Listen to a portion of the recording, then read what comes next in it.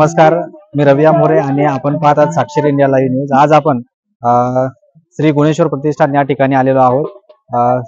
निसर्गरम्य वातावरणामध्ये असं जे आहेत फुलंब्री तालुक्यामध्ये हस्तलेख मारसावळी हे गाव आहे आणि या ठिकाणी आपण पाहतो आहोत तर खंडोबा देवस्थान ते गुणेश्वर देवस्थान सातारा पासून तर मारसावळी पर्यंत या ठिकाणी पायदिंडी सोहळा आलेला आहे। याचं आयोजन जय मल्हार मित्र मंडळ सातारा तालुका जिल्हा छत्रपती संभाजीनगर यांनी याचं आयोजन केलेलं आहे। आपण ते पाहू शकता की अशा दर सोमवारी जे या ठिकाणी इथे अशा प्रकारे स्वरूपामध्ये जे तर पायी दिंड्या या ठिकाणी येत असतात। अनेक ठिकाणचे भाविक सहभाग आपला जो आहे आपण बघू शकतात की या ठिकाणी जे आहे अगदी छोट्या मुलांपासून तर मोठ्यापर्यंत जे या दिंडीमध्ये सहभाग आहेत। बघा तुम्हाला या ठिकाणी दिसतात छोटे मुलं सुद्धा या दिंडीमध्ये सहभागी झालेले आहेत आणि अतिशय आता पावसाळ्याच्या दिवसात सुद्धा माता माऊल्या जे आहेत अगदी अशा या स्थितीमध्ये सुद्धा आपले जे काही पायी दिंडी जे आहे तर चिखलातून सुद्धा या ठिकाणी भक्तीच्या भावनेने श्रद्धेच्या भावनेने जे आहेत तर या ठिकाणी श्री गुणेश्वर प्रतिष्ठानकडे जात आहेत। अशा जे काही दिंड्या आहेत तर पायी दिंड्या या वेगवेगळ्या गावातून वेगवेगळ्या जिल्ह्यातून तालुक्यातून या ठिकाणी श्री गुणेश्वर प्रतिष्ठान मारसावळी या ठिकाणी येत आहेत आणि या ठिकाणी वेगवेगळे जे काही उपक्रम आहेत सोमवारी या ठिकाणी महाप्रसादाचा जो काही तो कार्यक्रम सुद्धा होत असतो।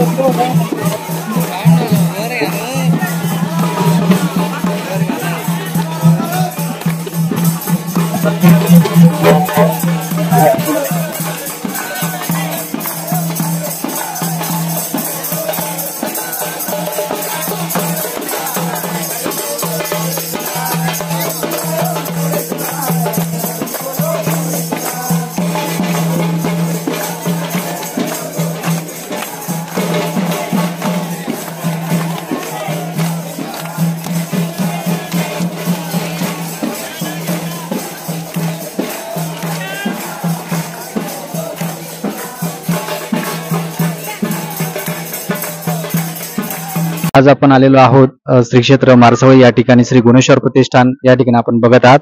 इथे जे आहे तर दरवर्षीप्रमाणे जे आहेत हे त्यांचं तिसरं वर्ष आहे। खंडोबाचं देवस्थान ते गुणेश्वर देवस्थान सातारा ते मारसावळी या ठिकाणी या पायदिंडी सोहळ्याचं आगमन झालेलं आहे। नेमकं हे पायदिंडी सोहळ्यासाठी नेमके कुठून ते आलेत आणि कसं त्यांचा वाटचाल आहे हे आपण त्यांच्याकडनं जाणून घेऊयात। आपलं नाव? परमेश्वर सांगळे। कुठून आलात आपण? आम्ही साताऱ्याहून आलो।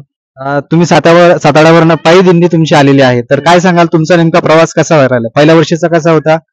खूप छान होता। तिन्ही वर्षाचा खूप छान होता आणि या वर्षी तर खूप मजा आली।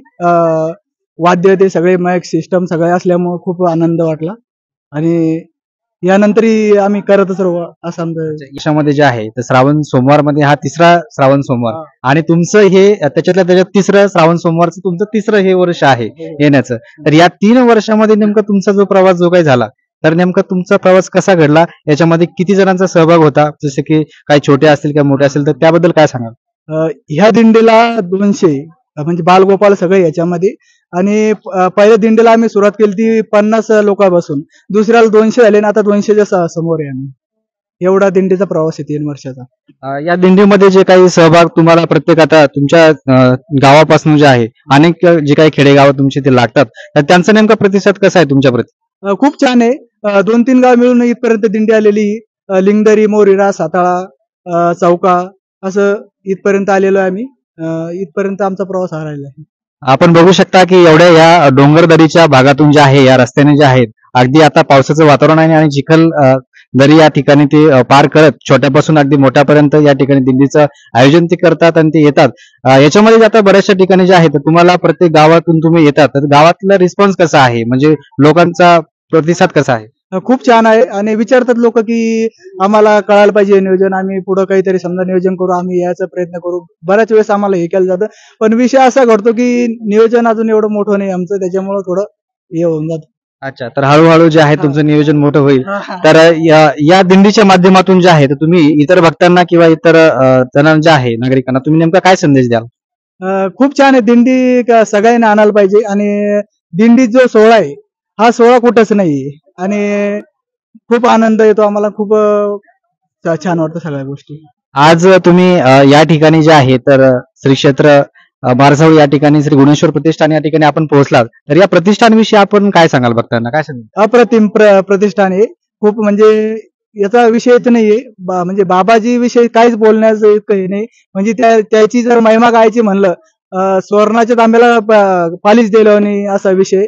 त्याची महिमा अप्रतिम आहे. त्याचं आपण प्रतिमाचं हेच करू शकत नाही. ते म्हणजे साक्षात ईश्वर आहे, त्याच्यात काही शंका नाही.